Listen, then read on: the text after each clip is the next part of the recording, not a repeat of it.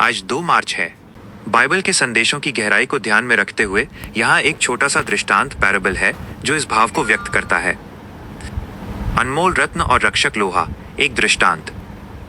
एक बार एक धनी व्यापारी के पास 2 बहुमूल्य वस्तुएं थीं, एक बड़ा हीरा और एक मजबूत लोहे की ढाल।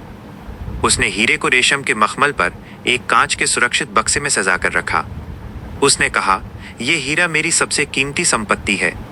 इसकी चमक और शुद्धता को धूल और गंदगी से बचाकर रखना चाहिए ताकि इसकी गरिमा बनी रहे। वहीं दूसरी ओर लोहे की ढाल को उसने घर के द्वार पर रखा। जब किसी ने पूछा कि लोहे को बाहर और हीरे को इतना छिपाकर क्यों रखा गया है, तो व्यापारी ने उत्तर दिया, स्त्री उस हीरे, मोती और सोने के समान है जिसकी चमक ईश्वर की महिमा है।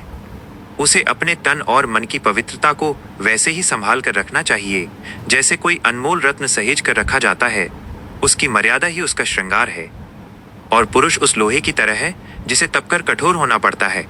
लोहे का काम है सुरक्षा करना और प्रहार सहना। वह बाहर खड़ा रहता है ताकि भीतर रखे उस अनमोल रत्न स्त्री पर कोई आंच न आए।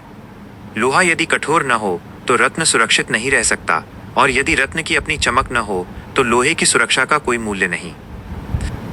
सीख। जिस प्रकार बाजारों में सबसे कीमती चीजों को बड़े जतन और मर्यादा के साथ सुरक्षित स्थान पर रखा जाता है, उसी प्रकार स्त्रियों की गरिमा उनकी सबसे बड़ी पूंजी है। पुरुष का बल और स्त्री की शालीनता मिलकर एक संपूर्ण और सुंदर सृष्टि का निर्माण करते हैं।